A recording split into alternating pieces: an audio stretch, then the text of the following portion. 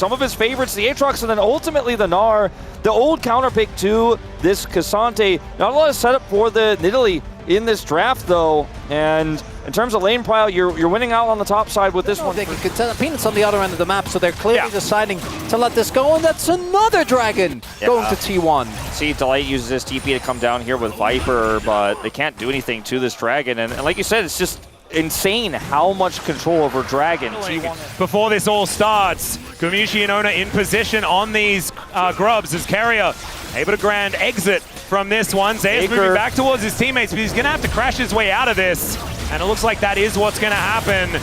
And there is the objective, just going over to T1 for free. Yet another one, tick it off. The timing on this where they are able to wave, like, otherwise, I mean, good luck defending this dive. Well, there is that quickness that goes in, gets the charm onto Delight, who's kicked away, but here's the heroic entrance. Gumiushi with the Featherstorm, though, and he holds Zeka in place. The Winds of War come down, and the Sonic Wave is going to miss. That would have been a dead Zeka there, a dead Gargoyle underneath the turret, and it might still be, as Carrier not quite with the amount of damage, but the Feathers get recalled, and here comes Faker. He finds the angle, there's another Pyro Blast. It could be a triple for the Annie as Tibbers looks to clean up, and it's in game. You can have some poke, you can play around objectives, but I mean, this is just a bottom 2v2 setup where, again, Guma pushes it in and they have so much agency. Zayas looking for something back here in the bottom lane. He has to. Yeah, let's see has whether to he can try. find it. TP though. Teleport is going to come in. Doran goes all out and doesn't get CC'd from the Gnar. Zayas looking to try and get himself out of here as there is the Wallop. It's Carrier that comes in, and there's the Q charged up. Doran wanting a little bit more. The flash does come through as Zayas gets the transformation. The turret's getting aggressive. Zayas still trying to get out of here, but it doesn't. At this point, it almost feels personal as Doran is making this road to MSI all about him. Well, T1 are going to continue making it about them as they look for this engage onto Peanut. He tries to get himself out of there, but Delight is in such an awkward position. Zayas is coming on over. The door has been set up as Viper in a decent spot. The culling this time is going to actually hit some T1 players, but the block from Faker is so good, and Zayas will just get wiped out. Oh man, this is KET 3-0s, but this is something else entirely. Doran gets the whole turret, the first turret, and feats a strength. I don't know if this could be any more one-sided. And I don't want to see the Hanwha fans. How are they feeling right now? Oh, I don't want to. Being able to push Faker away. He's, of course, got the Molten Shield and now has a bear. Going to make this one a little bit unfair towards the bottom side of the map as the Winds of War come down. I feel like we need to give him the credit. He is the defending champion, and it was on this team that he's facing right now. Yep. And the defending world champion that's on the other side isn't quite getting it done as Carrier goes in. Ona there as well, finds the kick to get the double knock up. As they're now just looking to take down Peanut. They'll take that one very comfortably. Delight next on the menu, delicious. Here's the knock up comes through. My God, the damage as Zeka will be eviscerated. Nice. And Viper standing alongside Zayas underneath this turret, and Doran says, "You are coming with me." The Krug Lord sends his regards as Viper will look for a Mega Cone for a disengage. Am I crazy? Or is it actually perfect gameable? All grubs, all herald, all turrets. God, you are right. For Hanwha. They could perfect game Hanwha to knock them out of MSI. Oh, that is absurd. Okay, Zayas is just going to get taken down under this turret unceremoniously. And like you were talking about, the perfect game still on the line. 12-0 is the kill score. They're going to take an inner turret here. Axie alongside the Grunt, the Blade Caller there as well to hold them in place. Well, they got to defend this dragon if they want to keep that alive as well. Oh, Guma. Yeah. Zeka going in. Guma is going forward into 3 people. The Feathers are just doing so much damage. As all right, Carrier going to join him. There is the knock-up attempt onto Zeka, who doesn't get the taunt. Onto Gumiushi, he's got the shield, the flash, but the Featherstorm is there in answer, and Zayas cannot do anything as he gets that backline.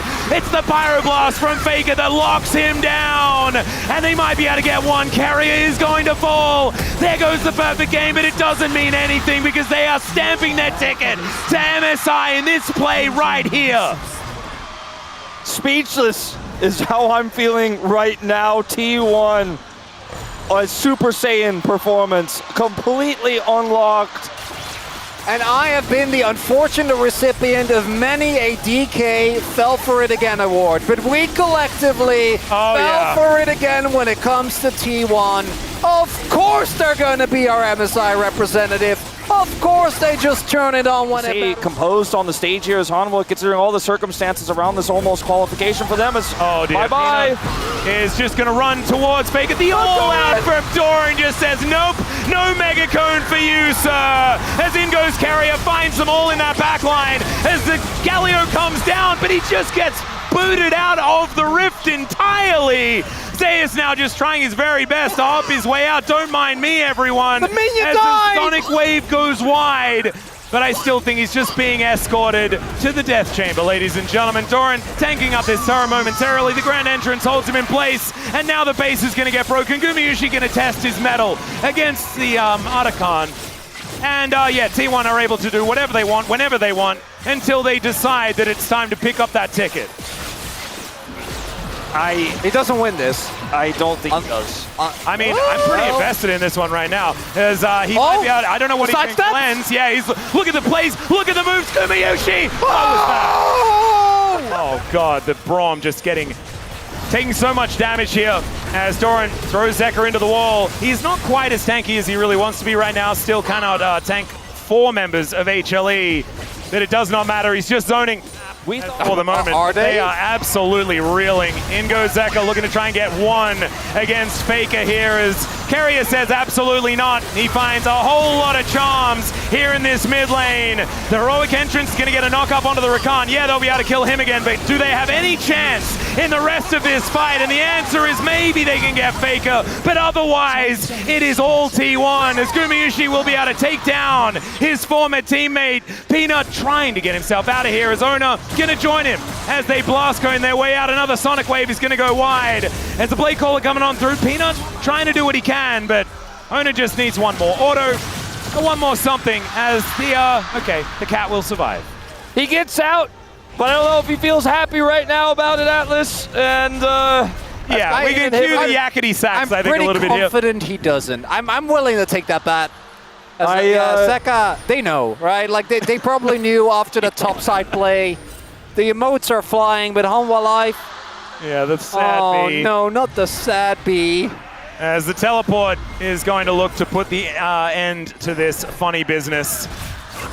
As Delight came in, so that's going to try and help out here as he does have a taunt. He manages to buff the Justice Punch quite nicely here, but he's still on a sliver of health. Zeus decent Nabab position right now, but there is the insect from Ona. He's going to be able to take down Vipers. Now Peanut once again finding himself in a precarious spot, but not as precarious as what Zeus is dealing with right here. It's a cute little Gnar, and he might be able to keep himself alive for a little bit longer, but T1 are still just messing with them. As finally the Sonic Wave is going to connect, and Ona collects another kill. Delight puts up the door. He's got a flash, but he doesn't have a chance to use it, and now T1, with so many members of HLE out of this game right now, they're going to look to take down an inhibitor and get this first Nexus turret taken down as well. 26-3, 8 turrets to 0, no objectives for Hanwha in this final game. And I had a line prepared about denying golden roads and things like that. I just don't think it's relevant. T1 were just so damn good today. It didn't even look like Hanwha Life Esports turned up. They'll take down the Nexus and T1 will stamp a deserved spot at MSI. On one side.